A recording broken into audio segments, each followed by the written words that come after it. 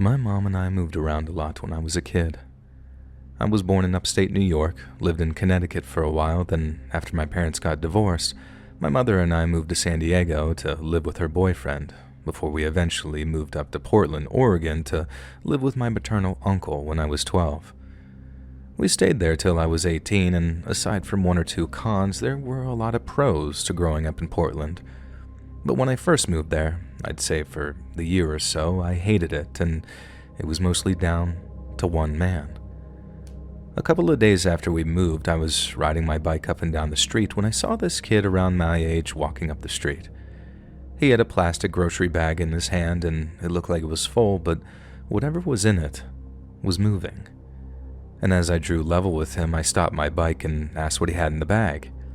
And he smiled, walked up to me, then opened up the bag to show me a bunch of fish that he'd caught that afternoon. I'd always lived in the city, but up in Portland, we were out on the edge of town where it was a lot greener than the other places I'd lived. I'd never been around much fishing or hunting, so I thought it was wild that this kid was just walking up the street with a bag of fish that he just pulled out of a pond. But to him, it was like the most normal thing in the world. And what blew my mind ever more is when I asked what he was going to do with them, and he replied, "Probably eat them." I thought he was the single coolest kid I'd ever met in my life, and it turned out that he lived down the street, so I asked if he'd teach me how to fish. He said sure. Then a few days later, we were on our way down to the old fishing hole that he used to frequent. Brett, my new buddy, used to make his fishing rods out of nothing but sticks, along with whatever hooks and lines he could steal from his dad. I thought it was the most badass thing ever. A kid of 14 years old catching his own fish with homemade rods, and from then on, I was obsessed. And that whole summer, Brett and I would go fishing just about any chance we got, and we'd take any fish that we caught home to his mom, who would just fry them up and then serve them up with some hush puppies and coleslaw. And we had some great times at that old fishing hole. But after a while, Brett said that he'd found an even better place to fish. It was a longer walk than our first fishing spot, but Brett said that it was a much larger pond, which meant much larger fish. So off we went one Friday afternoon to check it out for the first time. Brett was right about it being a much better pond. The only problem was, we didn't know that we were intruding on anyone's spot. People can get real grouchy if you're too close to their preferred fishing spot, and downright angry if you try and supplant them altogether. So we were actually aware that someone might come along and take issue with us being there, and then lo and behold, it took just hours before someone did. We were sitting on the edge of the pond when we suddenly heard someone yelling, "Hey, what the hell do you boys think you're doing?" And our heads spin around, and Brett and I both see this 50-something guy with a bald patch and a pot belly wearing a black t-shirt and khaki shorts. We told him we were just fishing, and he started asking if we had permission, if our parents knew what we were doing, basically all this stuff to try and get us to leave. Brett starts talking back to the guy, asking if our new spot was on his land, and he said no, but that it must have been someone's land, and he'd call the cops on us if we didn't make ourselves scarce. I was about to suggest that we just leave and come back later or something when we heard another voice from the opposite side of us asking what the problem was. Brett and I once again turned around to see a second guy walking towards us from the opposite direction. He looked to be about the same age as the guy trying to chase us off, but was taller, skinnier, and had well-combed hair and wore a cardigan, kind of like Mr. Rogers if Mr. Rogers wore glasses. The angry guy started explaining that we had no right to be fishing there, especially without a license, but then the guy with glasses said it was his land that we were fishing on and that we had his permission to be there. I remember how he said, "You can call the police if you like, but I don't think they'll appreciate you wasting their time, do you?" And the pot-bellied killjoy guy looked all flustered for a second, then walked off grumbling to himself about how kids got no respect these days. Now once the guy was out of earshot, we thanked the Mr. Rogers look-alike for having our backs and also for giving us permission to fish on his land. And he just chuckled and said, "This isn't my land, but that guy was a jerk-off." And he told us his land boundary was about a half-mile back, but that he liked walking out that way because of all the wildlife and stuff. Seeing as we were on public land, we'd have to relocate if the cops did show up, but Mr. Michaels, as he called himself, had bought us a little time before anyone else came along who found reason to bother us. Obviously, we thought Mr. Michaels was awesome, and he seemed very impressed by Brett's improvised rods, and then after a brief exchange he carried on with his nature walk and we just carried on fishing. With it being our regular fishing spot, we visited that larger pond as often as we could that summer, and every so often we'd spot Mr. Michaels out on one of his walks. At first, all he'd do was come talk to us a little, ask how the fish were biting, stuff like that. But then after a while, he'd see us, say hi, and then come back around 20 to 30 minutes later with some of his wife's baking or some cold cans of soda, whatever you could spare. Mrs. Michaels must have been an incredible baker because whatever he brought us was guaranteed to be good, and sometimes he'd stop and eat with us, enjoying the scenery and asking us questions. Most of the time we'd talk about nothing in particular, either fishing or baseball or school. But then one day, Mr. Michaels asked us if either of us had girlfriends. Now I was 12 and Brett was almost a whole year older at 13, and though we'd experienced very innocent crushes here and there, we didn't have girlfriends or anything like that. Mr. Michaels asked if there were any girls at school we liked, and having already discussed the topic, both me and Brett were like, no, not really. Mr. Michaels laughed and told us, well, don't force it. The world's going to tell you how you should want all sorts of different things, but the only thing you should be paying attention to is what your heart tells you. Pretty wholesome, right? We thought so too. I mean, we thought Mr. Michaels was just about the coolest person either of us had ever met, and having grown up without a stable father figure in my life, I definitely appreciated having someone like that around. Especially when Brett had to go visit some relatives out of state and I was left on my own if I wanted to go fishing. I had my own homemade fishing rod by that point, so it wasn't like I had to ask Brett to borrow his. I used to walk down to the fishing hole whenever I wanted, dig up a few worms, and then get to luring the biggest fish possible out into the shallows. Fishing was just as much fun as it was with Brett, but I used to worry about being alone. I was always short for my age, and with my slight stutter, people who didn't know me all that well tended to think that I was either much younger or much dumber than I was, which naturally made me a very ripe target for bullies.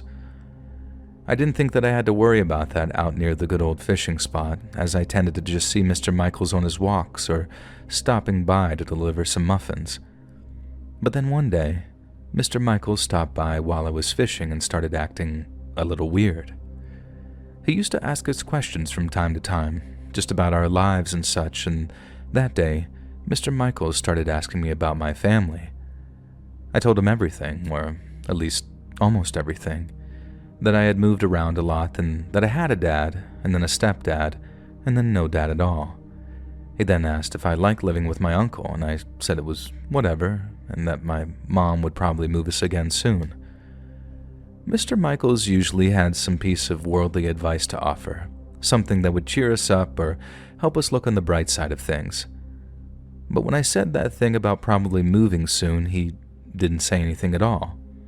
He just got up, walked off, without even saying goodbye.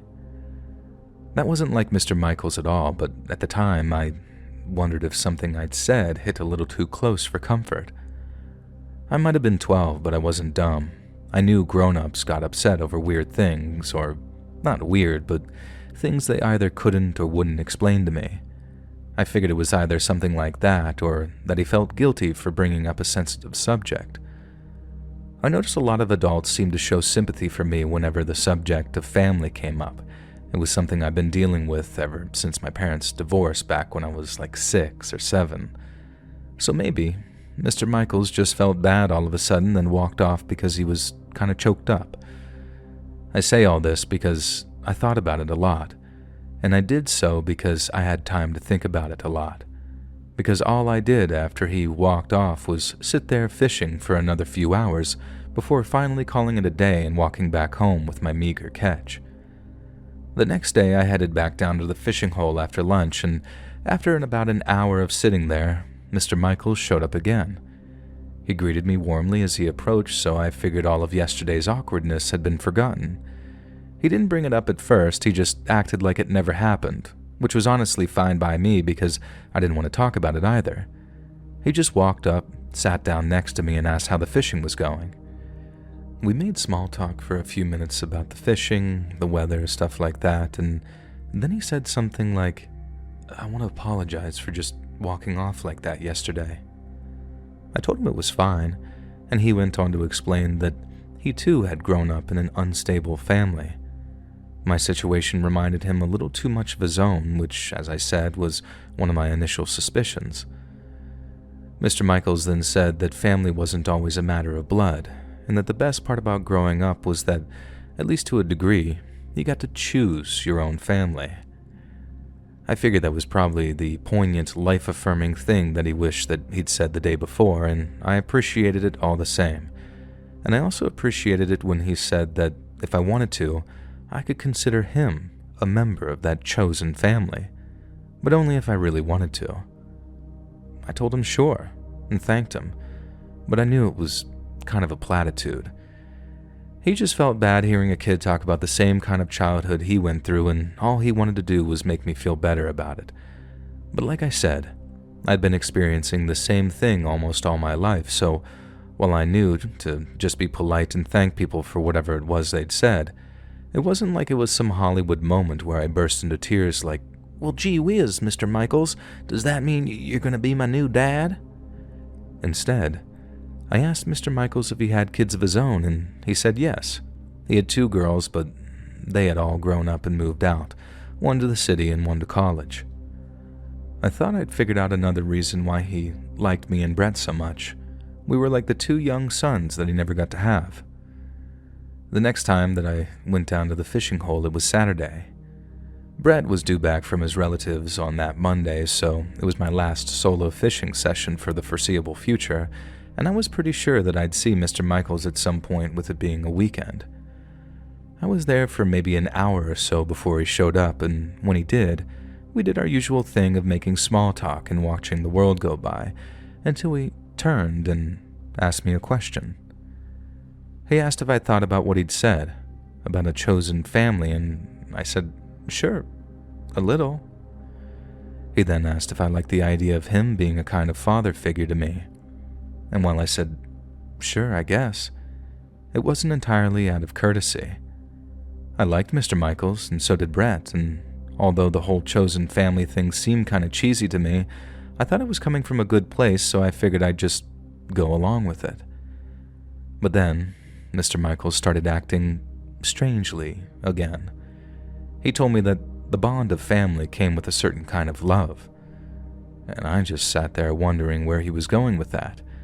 And then he went on to say that over the previous few weeks, he'd come to develop feelings of familial love, and that he'd been wondering if those feelings were reciprocated. He spoke real fancy like that at first, and I guess because he was beating around the bush. But I think that he must have saw the look on my face and figured it was there because I didn't understand him, because in the next moment, he just straight up asked me if I loved him.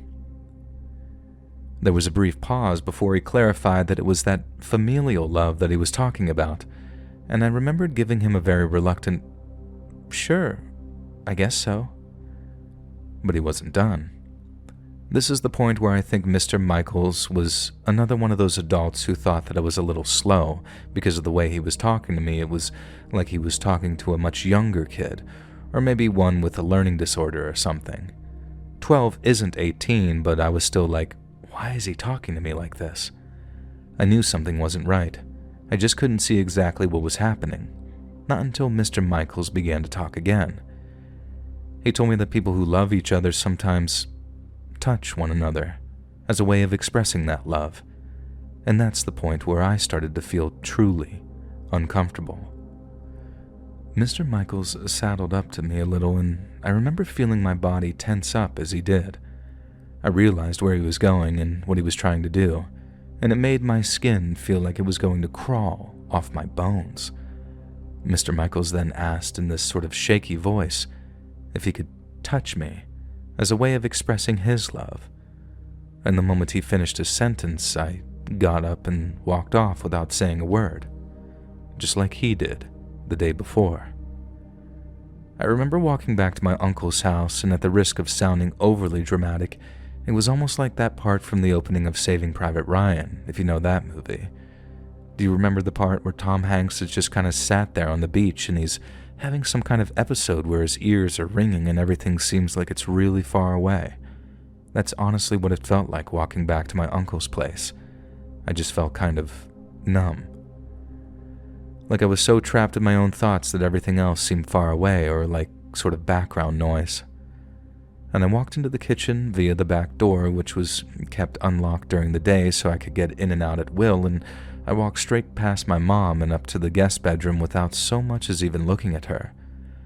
And that gave her a clue that there was something wrong, so she followed me up and asked me a few questions, and then it all came spilling out of me, along with many, many tears. I think one of the worst things about it was I was old enough to actually understand what was happening. It's a terrible thought, but I guess some kids get touched so young that it becomes sort of a repressed memory. I'm not a psychologist, but I know that's a thing. But that obviously wasn't the case with me. And the second Mr. Michaels mentioned touching after asking if I loved him, my first thought was basically, oh my Jesus titty-slapping Christ, Mr. Michaels is a predator. I wasn't confused on what his intentions were, even if he was trying to put such an innocent mask on such an ugly thing, and honestly, it absolutely destroyed me. It was the idea that someone so nice, so seemingly nice anyway, could have such vile intentions, and that he could be so cunning about it. I mean, he'd been slowly, steadily, and patiently grooming us for almost 2 whole months. He'd been working to earn our trust, waiting for the right moment, and then when he heard that my mom and I moved around a lot, and possibly coupled with an assumption that I was a little slow, Mr. Michaels figured that I was the perfect target. He was wrong, of course, and I got away before he could do anything, but simply the fact that he considered me a target was something I found incredibly disturbing and upsetting. Now, this was back in the late 70s, and honestly, I'm not sure what kind of reaction it'd get now, but after I told my mother, she told my uncle, and when my uncle told the local sheriff, they did something. I don't know what it was, because I don't think they ever officially arrested Mr. Michaels. All I know is that one day I was told that I didn't have to worry about him anymore, and that he'd moved someplace far, far away. We were told it was safe to go down to the good fishing hole again, without any fear of seeing old Mr. Michaels walking up in his cardigan and with a basket of his wife's baking. But that didn't have the desired effect, because I wasn't relieved to hear we'd never see him again. I was actually heartbroken. Brett was just as shocked as I was to find out Mr. Michaels was what he was, but his reaction mirrored my own in many respects. We were devastated to think that we wouldn't see him again, but not because we truly missed this guy, but because we realized Mr. Michaels never really existed in the first place, at least not in the way that he presented himself. It's kind of hard to articulate, I guess, but we knew we'd miss the Mr. Michaels who had our backs, who brought us food, and who gave us life advice. Only the brutal truth was that the version of Mr. Michaels we'd come to know was a lie, a person dreamed up by an incredibly dangerous predator whose goal was to lull us into a false sense of trust and security, and when the truth became clear, it changed the way I thought about adults for a long time. I guess you could call it our loss of innocence, the summer me and Brett realized that the world was much darker than it seemed. Many years later, when I was all grown up, I heard some radio evangelists talking about the devil, how he lies, how he deceives, how he tricks you into thinking he's your best friend before he turns and shows his real face. If that's the case, then I think I met him, and his name is Mr. Michaels.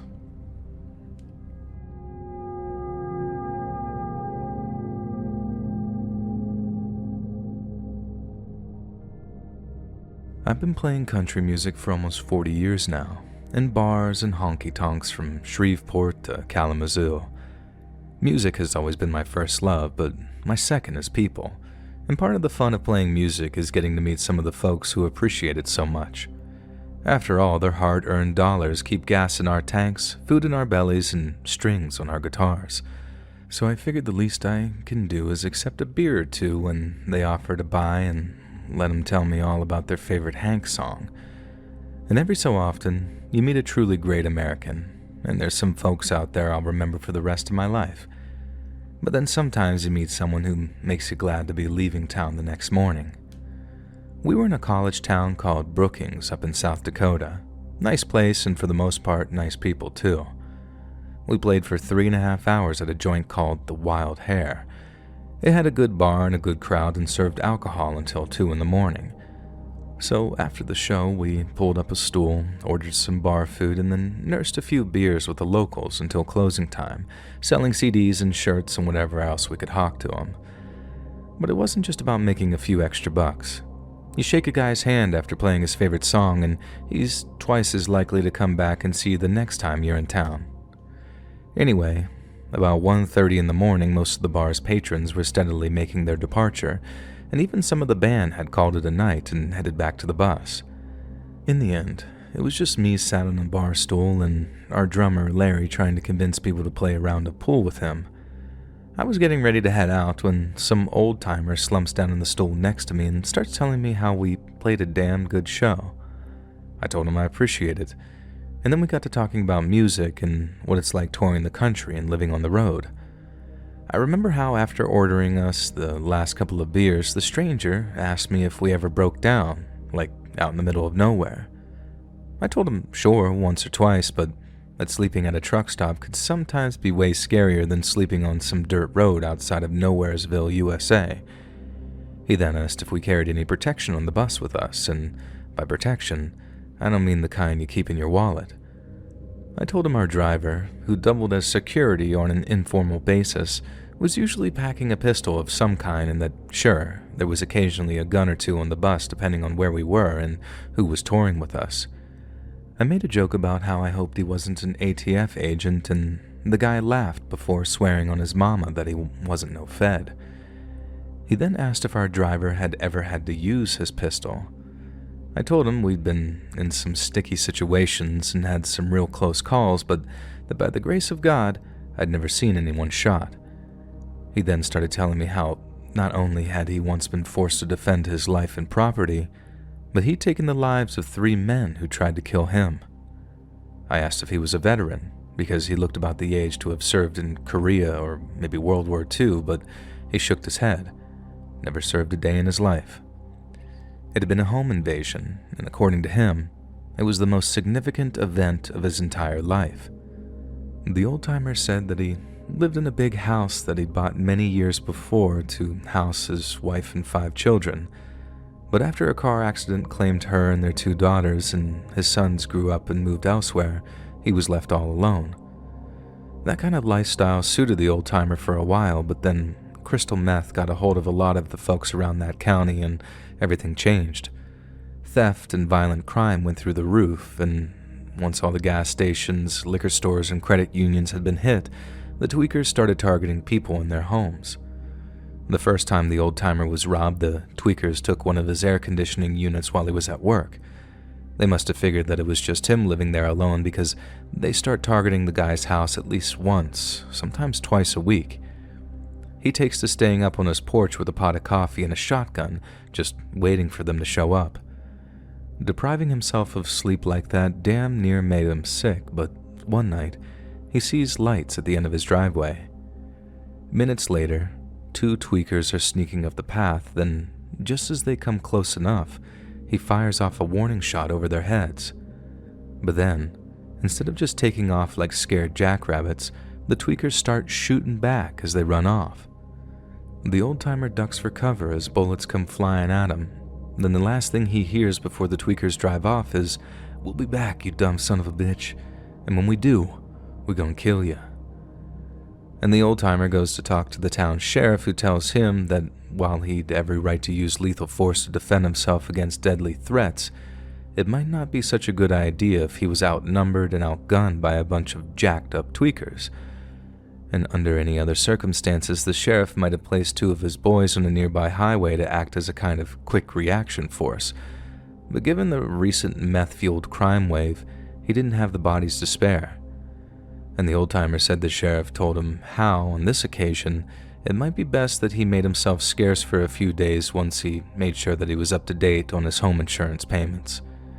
He was entitled to stand his ground and put up a fight, but he had to ask himself, was that old empty house worth dying for?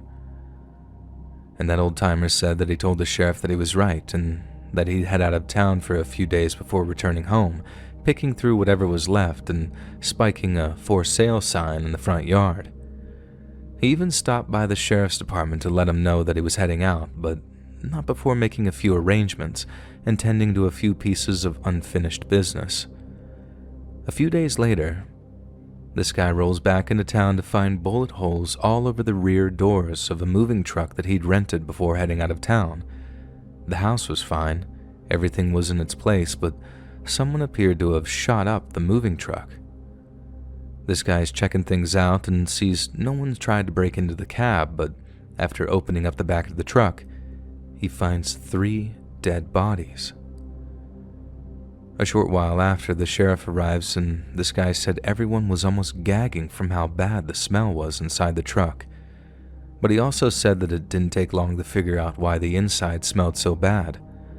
Before shooting and stabbing the hell out of each other, 3 local tweakers had decided to use the rear storage of the truck as a bathroom. Then at first glance, after relieving themselves, the tweakers closed the truck's door, then proceeded to cut each other up and blow each other away. The sheriff said that he'd never seen anything like it. But then again, all kinds of weird things have been happening since meth took over the narcotics scene. The old-timer said that once the scene was all cleaned up, the sheriff told him that those tweakers had accidentally locked themselves in the back of the moving truck because by the looks of things, the lock had malfunctioned and couldn't be opened from the inside. According to the sheriff, if it wasn't for the triple murder, the truck company might be liable for damages. But then, the company might well have proof of maintenance, as they often do, meaning they could prove the malfunction was down to a consumer fault. And the old-timer said the sheriff then asked him, real plain, if he had anything to do with that lock not working. And he said no. So that was just about the end of it. Only that wasn't strictly true about the old-timer not doing any lock tinkering, and not only had he heavily tampered with the truck's lock, but he'd never even left town in the first place. The old-timer told me that he'd rented the most secure hauling truck possible, one that was almost impossible to break into from either inside or outside. He then tinkered with the interior lock, tested it out on an unwitting friend of his to make sure it wasn't functional from the inside, then got busy with the next stage of his plan, making the back of that truck look like it was loaded up with electronics. He used all the old TV, radio, and VHS boxes that he kept up in the attic, stuffed them full of junk to make them feel fuller, then left the rear doors to the truck wide open like it was bait. And the next night, those tweakers show up just like they'd promised, 3 of them, all armed to the teeth. And they showed up to get revenge for that old-timer having fired that warning shot, which I'm guessing they thought was just a missed shot and not a warning. But upon seeing that big old moving truck, with what looked like thousands of dollars worth of appliances in it, well, they just couldn't resist. All 3 climbed inside, looked through all the boxes, and hollering like they just won the state lottery. Then, out comes you-know-who from his hiding place to slam the truck's rear doors shut, locking them inside. First, the tweakers were spooked, what with the doors just slamming closed on them like they did, then they got frustrated when the interior door handle wouldn't function, each of them saying something like, "Here, let me try," and then cussing the thing out when it wouldn't budge. It took them a while to realize that they were trapped in the back of that old moving truck, but once they did, they started to panic. The old-timer said they tried shooting the lock out, and when that didn't work, they tried shooting holes in the doors and then hoped their boots might be able to do the rest. He said they spent hours trying everything they could think of to get themselves out of that truck, but it was no good. There was no way out. The old-timer and his buddy had tested out just about everything, with the buddy being none the wiser, of course, until the old-timer was happy that the truck was inescapable.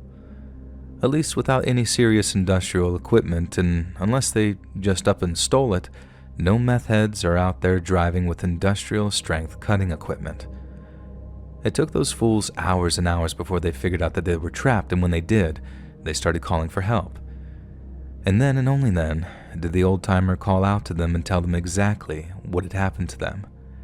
He said they were furious and tried firing shots in his direction through the side of the truck, but as his presence there before me that night confirmed, those shots flew wildly astray, and he told those foolish sons of bitches exactly how he tricked them into walking into their own tomb. And he says it was only when he used that word tomb that it really dawned on them what was happening. He said they begged and pleaded, swearing they wouldn't hurt him if he'd only let him out. The whole thing had been a big old misunderstanding, they said. Some people were not to be messed with. They just didn't know that he was one of them.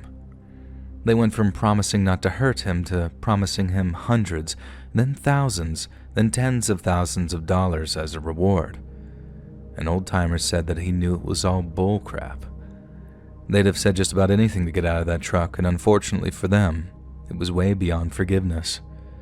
See, most people would have trapped those tweakers in that truck, called the sheriff, and then laughed their asses off while the deputies dragged them out of the back in cuffs. But that's not what the old-timer had in mind. He let those tweakers sweat it out in that truck with no food or water for 3 whole days, and by then, they were drinking their own pee and eating the cardboard from the TV and boxes to stave off the hunger. After that, he didn't think it'd be much longer before they turned on each other, and when they did, it went off like the 4th of July in there. I'm not saying that those boys didn't get what they deserved. There sure is something poetic about them getting stuck in a kind of man-sized rat trap. But what really sent a chill through me was how proud that old-timer was of himself, and how he laughed until he wheezed thinking about them begging for help. He said that they were praying, crying for their mamas, and he was grinning like a madman telling me the things that he'd say to them. He used to talk about them eating each other, wondering who was going to draw the short straw. He did his best to make sure that they went slowly crazy without any food or water until they finally just snapped. As I mentioned already, I'm not saying those tweakers didn't get what was coming to them, but it was the way that old-timer was describing the whole thing, how he was proud as a peacock for what he did. That's what I found so chilling. If he wanted to deal with them to a permanent end, he could have shot the truck full of holes or set it on fire or driven the thing into a goddamn lake. But he let those boys starve and dehydrate and slowly lose their goddamn minds until the thought of eating each other drove them over the edge. At first, that old-timer had seemed like a good man, and I guess he was in so many ways. But to think that he had that kind of cruelty in him, that kind of darkness, I'm not ashamed to say that it terrified me. I also know that if those tweakers had gotten their hands on that guy, they would have done equally terrible things to him. But you expect that kind of behavior out of those kinds of folks. I didn't expect that guy to have ever done something like that, and certainly not to find it all so hilarious neither. I mean, he laughed himself into a coughing fit after he mimicked one of the tweakers wailing, "Mama, Mama, I'm so sorry," and I shuddered just imagining it. Again, I'm not saying that that guy didn't do the right thing. I'm just saying I think he went about it in a completely wrong way and lost a piece of his soul in the process.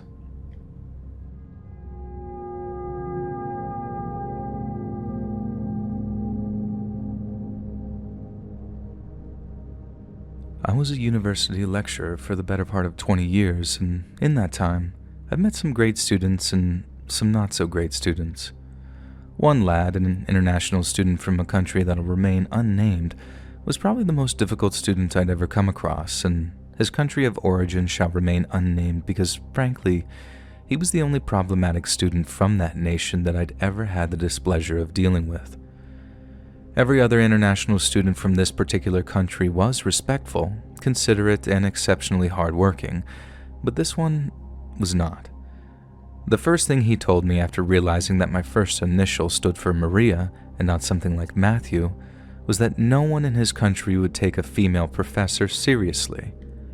I simply replied if he wanted a passing grade, he could take the attitude of when in Rome. He seemed to find that amusing, and while he claimed that he'd show me all the respect I deserved, he did so with a deeply patronizing tone that suggested that he would never have done the same if we were in his nation of birth. And when it dawned on him that he'd actually have to work to get a passing grade, the student in question became incredibly ill-tempered and his performance dropped off completely. He became more and more problematic as the weeks went by until one day he simply stopped attending lectures. Initially, I had absolutely no issue with this whatsoever because it had gotten to the point where he could be rather disruptive from time to time. But after a while, I started to wonder what was happening with him. I ended up asking a colleague if she'd heard anything about him, and I'll never forget the look on her face as she asked me, "You haven't heard?"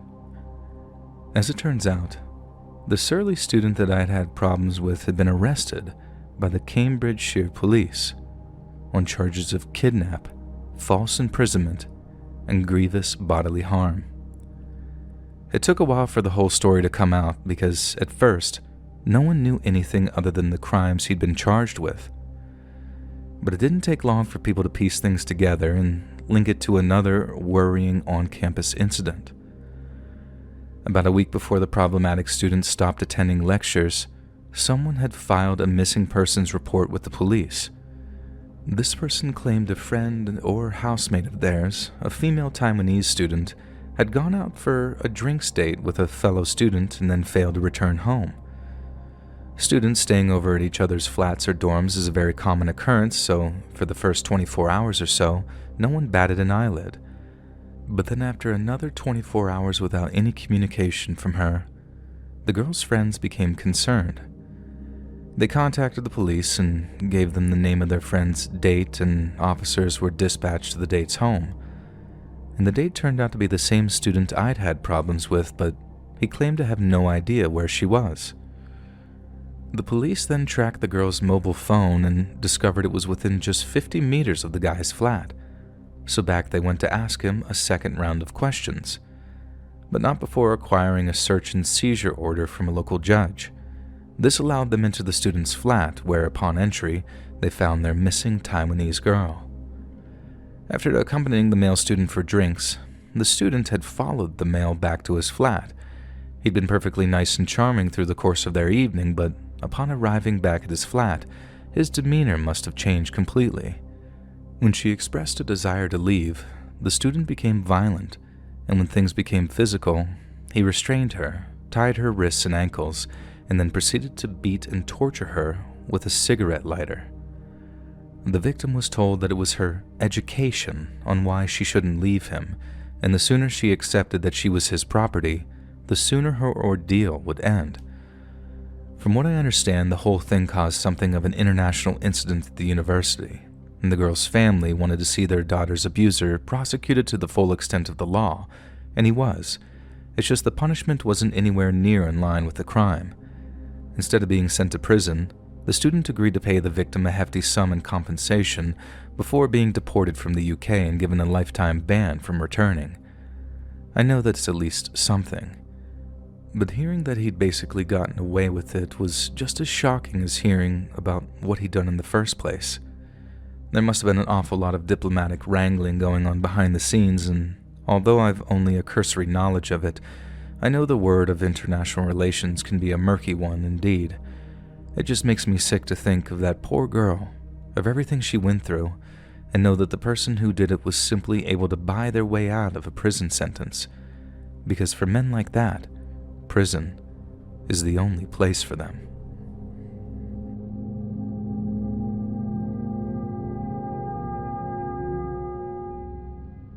I used to live on Parkfield Road near Lark Lane in Liverpool. My local supermarket was the Tesco on Agberth Road, so every time I needed to buy food, I'd walk all the way down Parkfield from my flat, which was in a house at the very top of the road near Prince's Park. Most of the houses on Parkfield are basically old Georgian mansions. I'm talking beautiful old buildings with long drives and grand entranceways that I'm guessing used to be occupied by the city's elite. But nowadays, most have been converted into apartments which have 5 to 7 flats in them. Some of them boast some truly exquisite architecture, but while they're nice to glance at, it's generally not good form to stop and stare at someone's house or place of work. So I just minded my own business and kept on walking past, But that's not to say that I didn't notice that one or two of the old mansions had been converted into stuff that wasn't apartments. I knew one had been converted into a nursery and another was like a vet's or something, but I was never curious to find out anything more about them. So one morning, I leave for work at 7 a.m., so I'm walking down Parkfield still half asleep, earbuds in, podcast on, and some coffee in hand. And I was about halfway down the road, headed for St. Michael's train station, when I saw a guy standing still on the pavement in front of me. It looked like he was waiting for someone, maybe a taxi or a car share to work or something, but other than very briefly regarding him, I didn't pay much attention to him at all. And that all changed, though, when I walked past him, and he said something that I couldn't make out over the noise of my podcast. I was almost certain that it was directed at me, so I stopped and pulled out my earbuds and then asked who he was talking to. He was looking right at me as I turned, so clearly he was talking to me, but he didn't answer my question or anything. He just kept on talking, even though I hadn't heard the first thing he'd said. I remember exactly what he'd said because it was one of the weirdest things anyone's ever said to me in my entire life.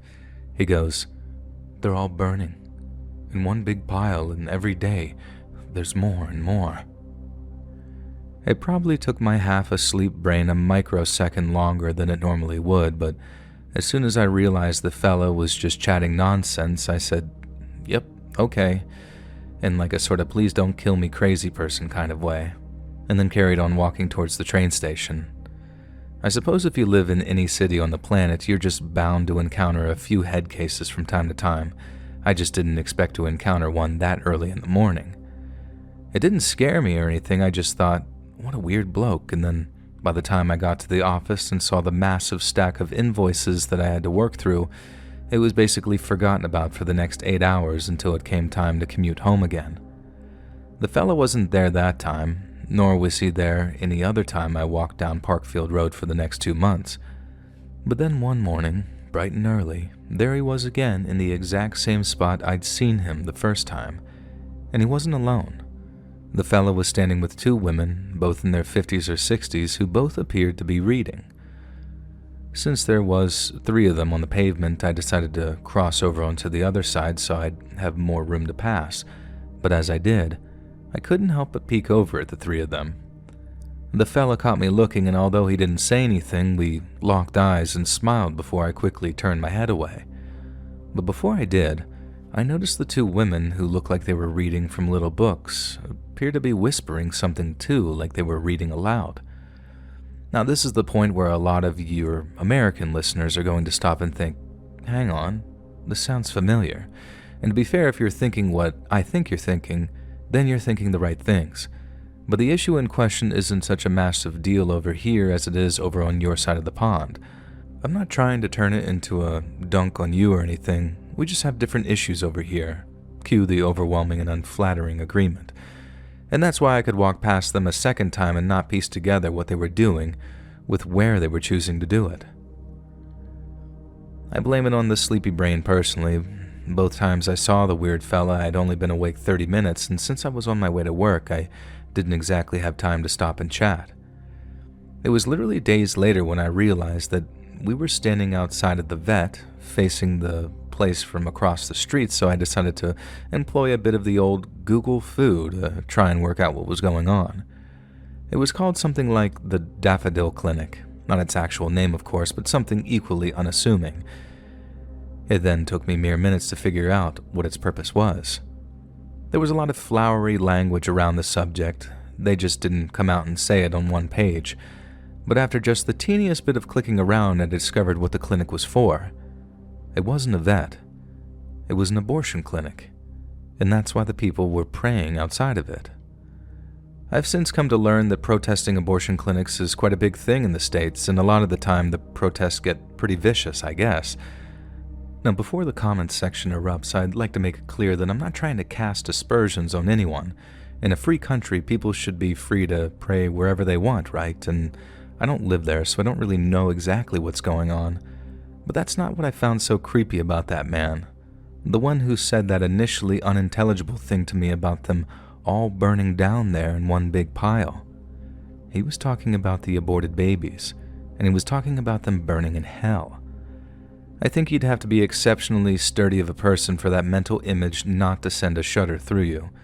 It certainly did with me once I realized what that guy was referring to.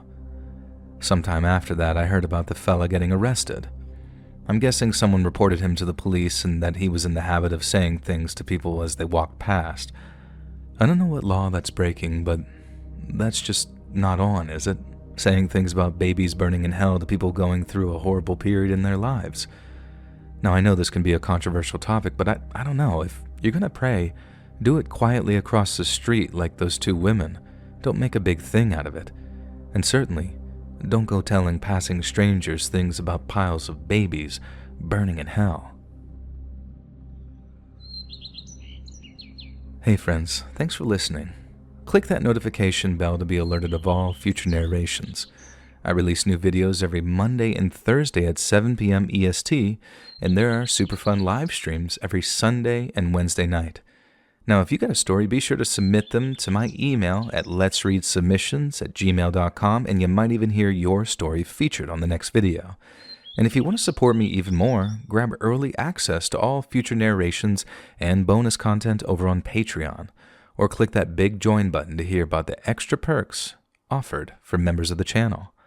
And check out the Let's Read podcast, where you can hear all of these stories and big compilations located anywhere you listen to podcasts. All links in the description below. Thanks so much, friends. And remember, go to your nearest Dollar Tree and twerk today.